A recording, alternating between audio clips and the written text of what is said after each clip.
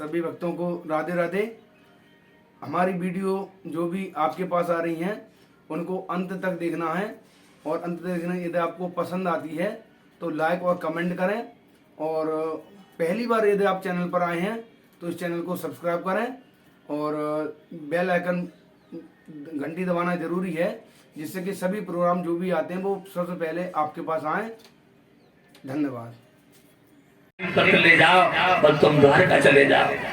पंडित जी बोले पागल है, बुढ़ापे का शरीर है, चला भी जाता नहीं है। द्वारका यहाँ से 750 कोस दूरी पे है, हम पहुंच भी नहीं पाएंगे। रुक्मिणी बोली पंडित जी अगर तुम नहीं जाओगे ना तो मैं जिंदा नहीं रहूंगी, मर जाऊंगी। पंडित जी बोले कितनी बार कहे कि बुढ़ापे में कुछ होता ही नहीं है, कैसे जाएंगे वहां तक। और ये ध्यान रखना भक्तजनों, देखिए भगवान ने जब आदमी को बनाया तो हर आदमी के पीछे 4 आदमी लगाए हैं। कौन से 4 आदमी हैं? देखिए सबसे पहले आता है लड़कपन। क्या आता है? लड़कपन। एक ने आके बड़े सुख दिखाए। किसने? लड़कपन ने। सोच लो जब तुम छोटे थे, वो उस कहानी का तो आनंद ही अलग है।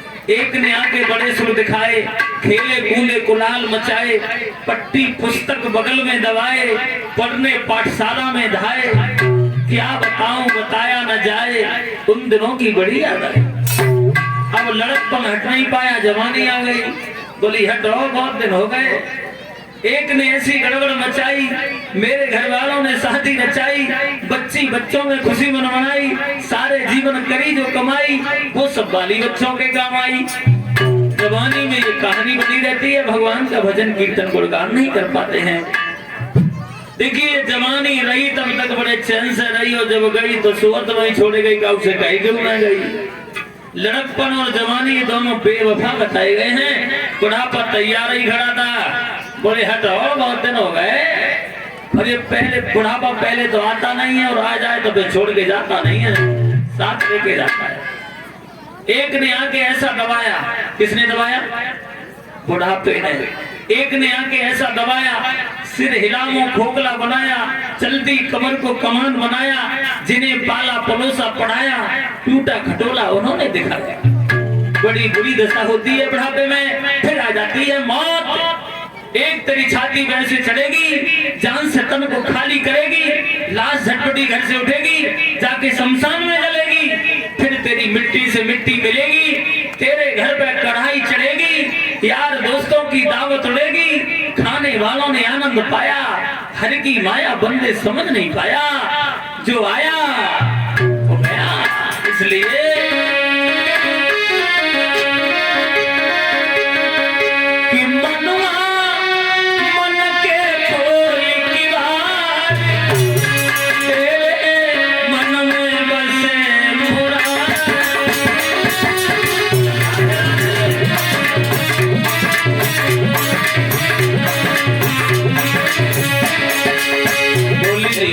अब तो खोलने दिन होएगा। सभी ताली बजाते हुए भगवान के नाम का कीर्तन बोले।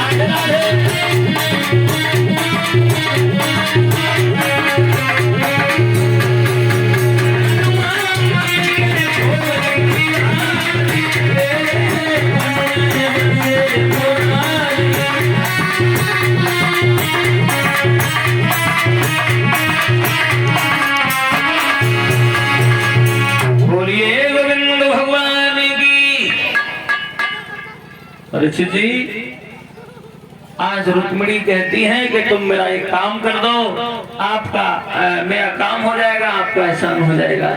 अगर तुम नहीं गए ना तो मैं जिंदा नहीं रहूंगी। पंडित जी बोले मरो नहीं, जाओ पत्र लिख लाओ, हम जा रहे हैं, पहुंच गए तो ठीक ना, तुम जाओ। आज रुक्मिणी अंदर गई, भगवान कन्हैया के लिए प्रेम पत्र लिखा है श्याम। देखिए कवि ने तो कल्पना यहाँ तक की है कि जब रुक्मिणी भगवान के लिए पत्र लिख रही है तो आंखों से अश्रुधारा बह रही है, जो गालों पे लकीर बनाती हुई उसी कागज में गिर जाती है, और जो शब्द लिख लेती है वो बिगड़ जाता है, दोबारा फिर लिखती हैं। बहुत दर्द भरा वो पत्र लिखा है रुक्मिणी ने कन्हैया के लिए, और वो पत्र ब्राह्मण देवता को दे दिया है। इस पत्र को ले जाओ और तुम कहाँ चले जाओ? द्वारिका। अब बूढ़े से ब्राह्मण उस पत्र को लेके चले, थोड़ी दूर निकल पाए, दोपहर का समय हो गया, सोचा है बड़ी धूप पड़ी है, थोड़ा आराम कर लेते हैं। एक बाग में पहुंच गए हैं। पंडित जी ने सोचा कि दुपहरी बिरमाए ले, दुपहरी बिरमाए ले, जाई बगिया में दुपहरी बिरमाए ले।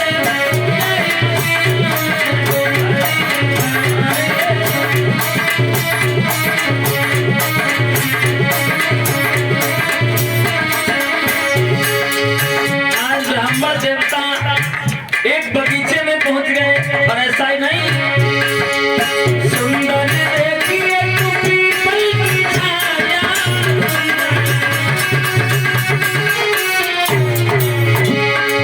सुंदर देखिए तू पीपल की छाया,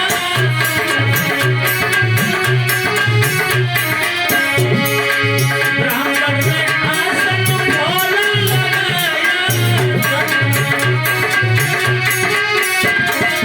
सोच रहे हैं पंडित जी, लाए सो खाए ले, लाए सो खाए ले, जाई बगिया में दुपहरी बिरमाए ले, जाई बगिया में।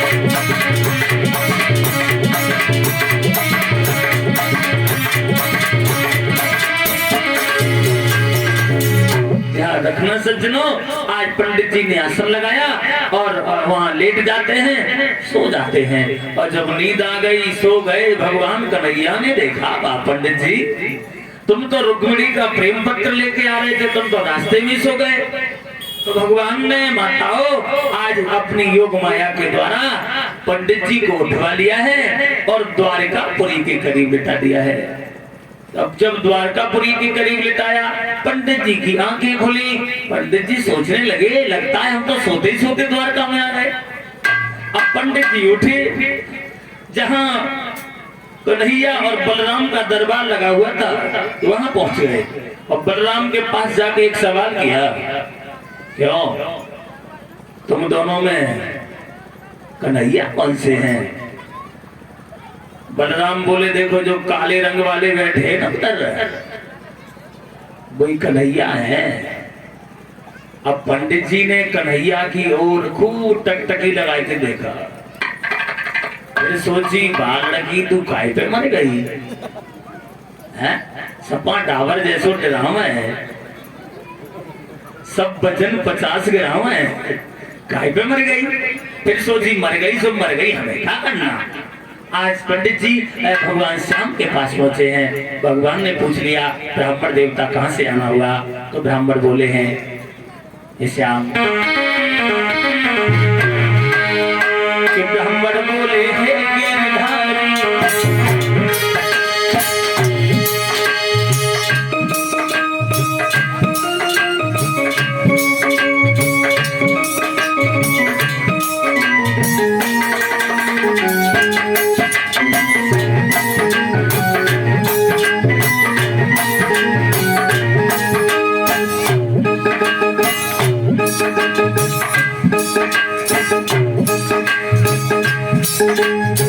Thank you.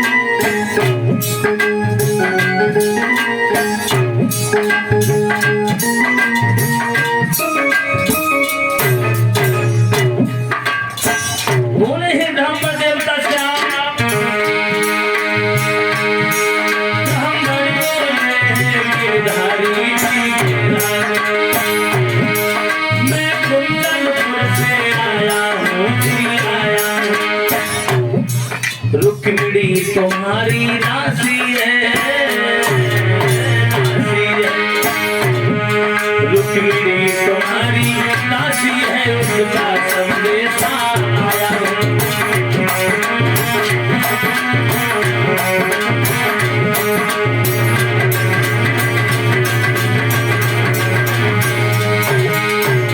आज पंडित जी कहते हैं श्याम हम कुंदनपुर से आए हैं, हमें भीष्मक की लड़की रुक्मिणी ने भेजा है। काहे को भेजा है? बोले वो आपसे बहुत प्रेम करती हैं, ये पत्र खोल के पढ़ो। आज भगवान कन्हैया ने वो पत्र पढ़ा, उस पत्र में शिशुपाल का नाम देखा तो श्याम ने कहा पंडित जी रुक्मिणी से कह देते वो शिशुपाल के साथ शादी करके चली जाती ना। पंडित जी बोले मर जाएगी लेकिन उसके साथ शादी करके नहीं जाएगी, तुम एक काम करो हमारे साथ चलो।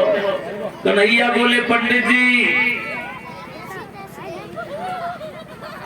देखो हमारे भैया हमें जाने भी नहीं देंगे,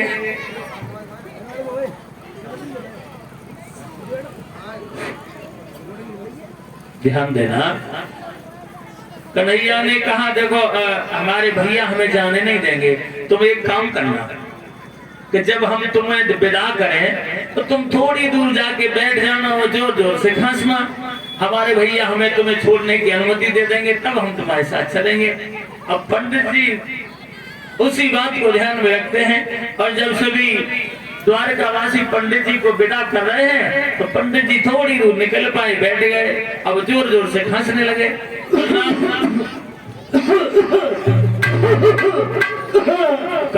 देव देखिए बलराम ने कहा कन्हैया पंडित जी बड़े बूढ़े हैं, तुम एक काम करो रथ निकालो थोड़ी दूर छोड़े आओ। अब भगवान श्याम ने अपना रथ निकाला, पंडित जी को बिठाया, धीरे धीरे चले और जब धीरे धीरे चले पंडित जी बोले कन्हैया ऐसे रुक्मिणी मिलेगी कि ना है, क्यों? अगर इतने धीरे चलोगे तो शिशुपाल ले जाएगा। कन्हैया बोले पंडित जी आंखें बंद करो। और जब भगवान ने पंडित जी की आंखें बंद कराई तो भगवान ने अपना रथ आकाश मार्ग से निकाल दिया है और जब वो रथ आकाश मार्ग में उड़ने लगा है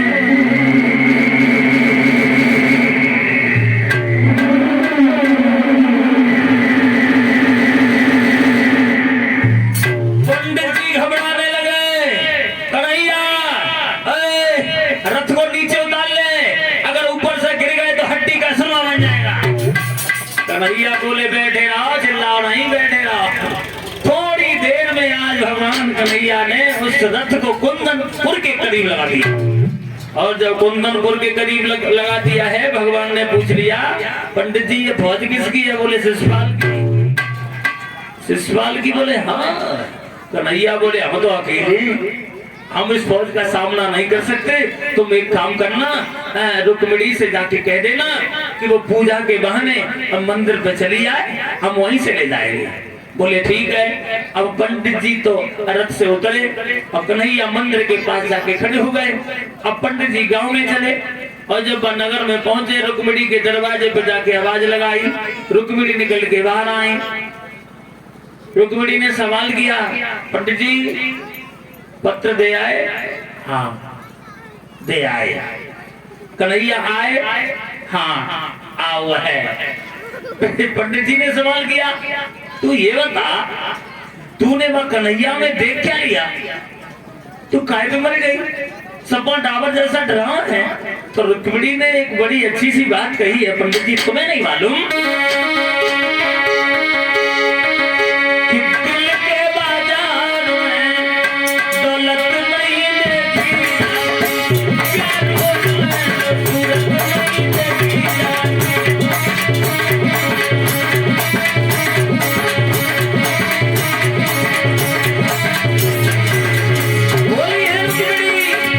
पंडित जी तुम नहीं जानते क्यों?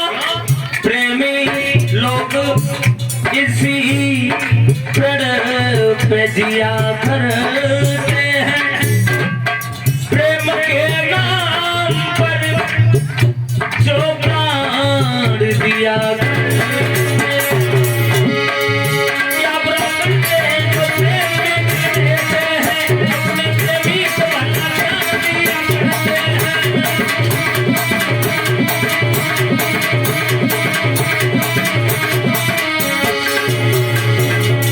पंडित जी बोले ठीक है, मंदिर पे खड़ा है, पूजा के बहाने चली जाना, वहीं से ले जाएगा। कहाँ है? बोले मंदिर पे। रुक्मिणी बोली पंडित जी अब तुम जाओ, अब तुम जाओ, मैं चली जाऊंगी। पंडित जी बोले काम नहीं करेगा, अब तुम जाओ, खाना नहीं खिलाएगी। रुक्मिणी कहने लगी पंडित जी अगर हम खाना खिलाने में लग गए, और बोली रुक्मिणी अरे खाना तुम्हें बनाए तो ब्राह्मण तेरा घर ही लग जाए,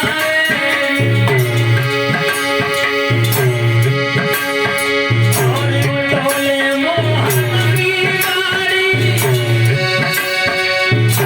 मंदिर से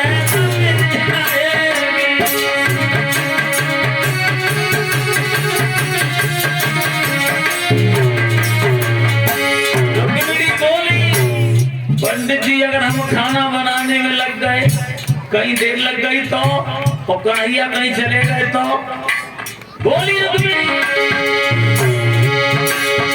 अरे मैं जब जाऊं चली तो ब्राह्मण, अरे नगर द्वारिका आई हो तुम, और मेरे आंगन में बैठी जो पंडित भोजन भाई खाई हो तुम।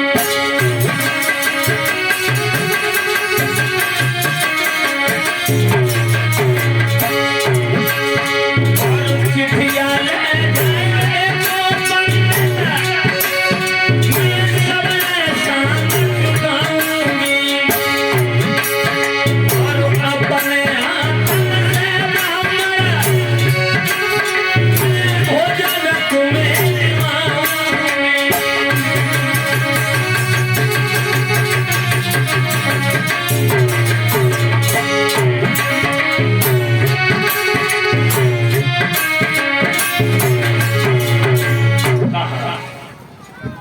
अगर हम खाना खिलाने में लग गए और हमें देर लग गई तो, कहीं कन्हैया चले गए तो, तुम एक काम करना, जब मैं द्वारका में चली जाऊं तब मेरे नगर द्वारका में आना, तब मैं अपने हाथों से भोजन बनाऊंगी, अपने हाथों से खिलाऊंगी, आपका एहसान जरूर चुकाऊंगी। पंडित जी अब तुम जाओ। पंडित जी बोले ठीक है चली जा। अब रुक्मिणी अंदर गई और पूजा का थाल सजाने लगी, और जब पूजा का थाल सजा रही है, रुक्म आ गया, हे लड़की कहाँ जाने लगी? कहीं नहीं भैया, वो मंदिर में पूजा करने जा रही हूँ। मंदिर में पूजा करने? बोले हाँ। शर्म नहीं आएगी? चारों ओर बारात वाले लगे हैं, अकेली कहीं जाएगी? वैसे रुक्मिणी अकेली जा रही थी। रुकुम बोला 2-4 लड़कियां इसके साथ चली जा। अब 2-4 लड़कियां साथ में जाने लगी, लेकिन रुक्मिणी किसी से बोली नहीं, और जब नहीं बोली, एक बोली कायरी जब वैसे तो बहुत बातें करती थी, आज क्या बात हो गई?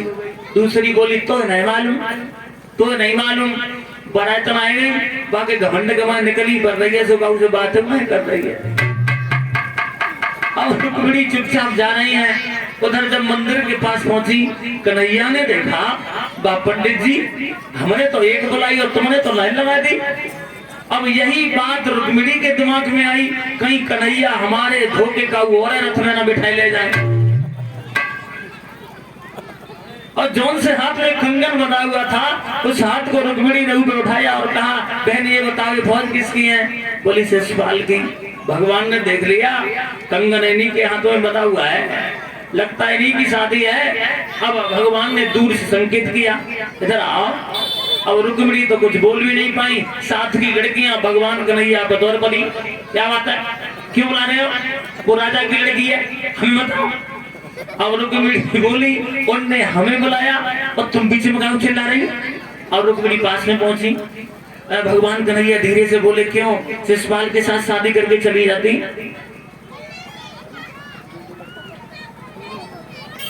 शिशुपाल के साथ शादी करके चली जाती तो कौन सी मुसीबत थी? रुक्मिणी बोली, मैं मर जाती लेकिन उसके साथ शादी करके नहीं जाती। अब रुक्मिणी ने भी सवाल किया है, भगवान हमने सुना है तुम बंसी बड़ी सुंदर बजाते हो। बोले हाँ हाँ, तो थोड़ी बजा दो। बोले नहीं। क्यों नहीं बजाओगे? बोले नहीं बजाएंगे, आज नहीं बजाएंगे बसुरिया। चारों ओर दुश्मन लगे, सब तो डालेंगे बसुरिया। आज हाथ में जाएंगे। तो रुक्मिणी बोली थोड़ी दिखाई दो। तो भगवान कन्हैया ने वो बंसी निकाली, हाथ नीचे को किया और रुक्मिणी ने हाथ बढ़ाया, बंसी तो गोद में डाली, हाथ पकड़ा, रथ में बिठा लिया। धीरे धीरे चले और जब धीरे धीरे चले साथ की लड़कियां गिरती जाए भरती जाए, गिरती जाए भरती जाए और छाल खा के आंगन में गिर गई। रुकुम आ गया, लड़की रुक्मिणी कहाँ है? एक बोली भैया एक काले रंग को आओ हद से ले गो, एक काले रंग को आओ हद से ले गो। दूसरी बोली ले गो सो ठीक ले गो, ले गो सो ठीक ले गो। हम तो यही सोच सोच के दुखी है, भगवान न जाने कब की सलाह आती। उन्हें दत्ते आना तानी ना करी, झट कूद के बैठ गई, चली गई। रुकुम कहने लगा मैं जानता हूँ कि रुक्मिणी को ले जाने वाला कौन है, किसी के कानों कान भनक न हो, हम अभी गए और अभी आए। रुकुम भागा, भगवान कन्हैया थोड़ी दूर निकल पाए। रुकुम ने आवाज लगाई है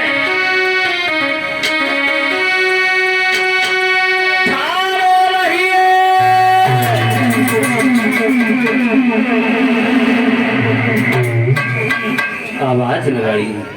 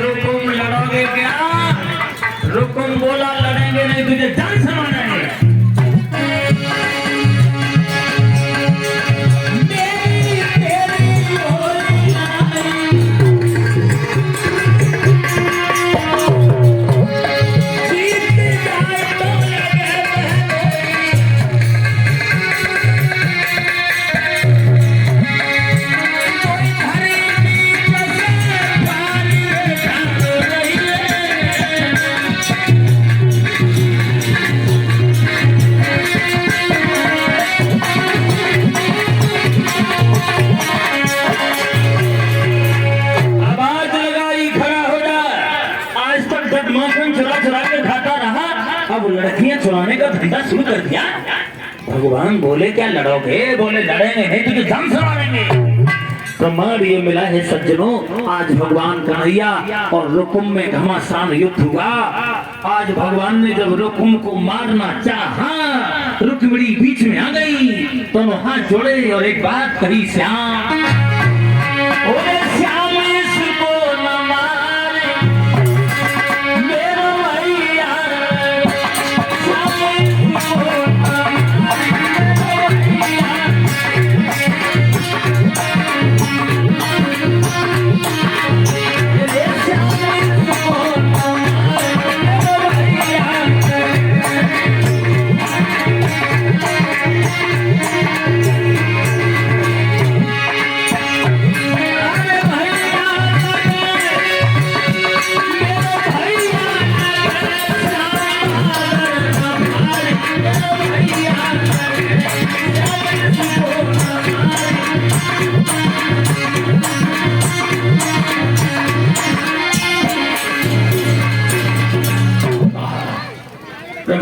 आप इसे नहीं मारो क्योंकि ये मेरा भाई है। अगर तुमने इसे मार दिया तो मुझे साथ की सहेलियां चैन नहीं लेने देंगी। अपने पीछे अपने भैया को मरवा दिया। तो भगवान ने मारा नहीं, रथ के पीछे बांध लिया।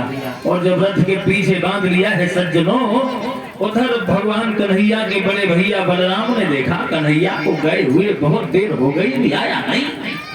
रथ निकाला है बलराम ने और वहीं पहुंचे जहां कन्हैया रथ में लड़की को बिठाए हुए हैं। बलराम ने कहा कन्हैया ये लड़की कहां से ले आए, कहां से लाए? कन्हैया ने दोनों हाथ जोड़े कहा भैया हमारा कोई दोष नहीं है, लड़की तुम लेके आए, दोष हमारा है?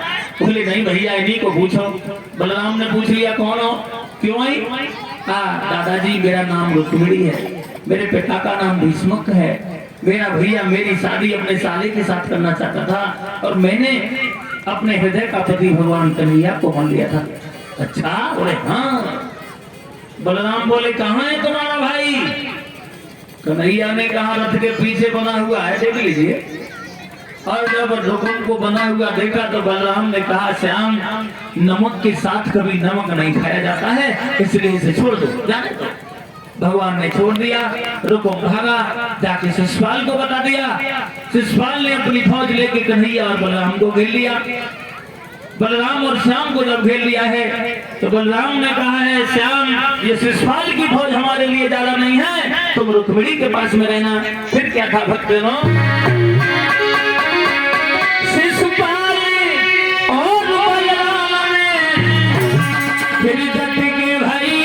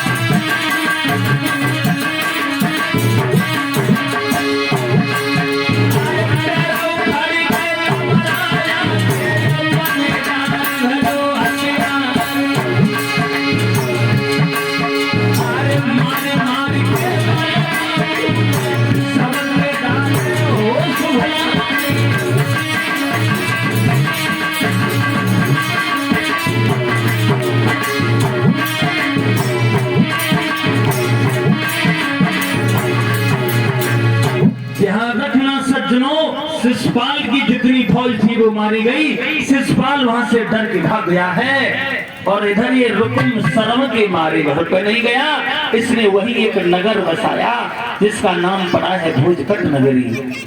अब यहाँ पे दो प्रमाण मिले हैं परीक्षित जी, दो प्रमाण मिले हैं। कौन से? पहला प्रमाण ये मिला है कि भगवान कन्हैया खेतों से ही रुक्मिणी को लाए थे, लेकिन दूसरा विद्वान कहता है ऐसा नहीं हुआ। जब भीष्मक ने सुना है कि कन्हैया और बलराम आ गए हैं तो बड़े सम्मान के साथ इन्हें अपने घर ले गए हैं। भीष्मक ने अपने घर में मंडप गड़वाया है। भगवान कन्हैया का विवाह बड़ी हंसी खुशी के साथ, रुक्मिणी का विवाह भगवान कन्हैया के साथ होता है। और जब भगवान कन्हैया का विवाह हो रहा है सज्जनों, तो कुंदनपुर की लड़कियां और स्त्रियां गाली देती हुई बोली हैं। एक बात ध्यान में रखना सज्जनों, पहले आजकल जैसी गाली नहीं गाई जाती थी जैसे आजकल गाई जाती है। ये कोई गाली है?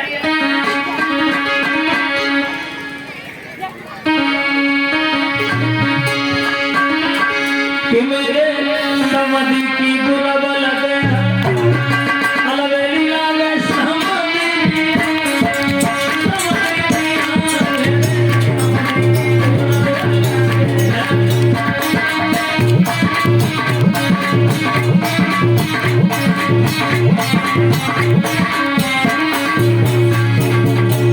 पहले ऐसी गाली नहीं गाई जाती थी।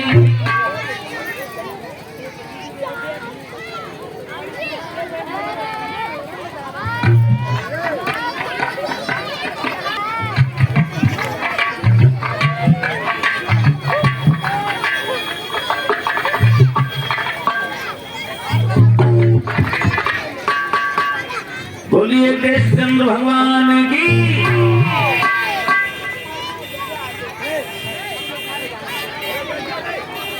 ध्यान रखना सज्जनों,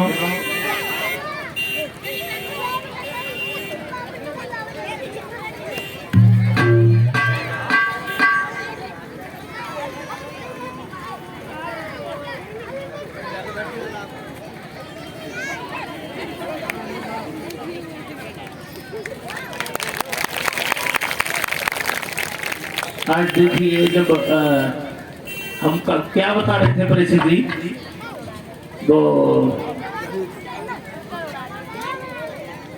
रुक्मिणी का जब विवाह हुआ है तो सभी कुंदनपुर की लड़कियां स्त्रियां भगवान कन्हैया को गाली देती हुई बोली हैं, श्याम बोली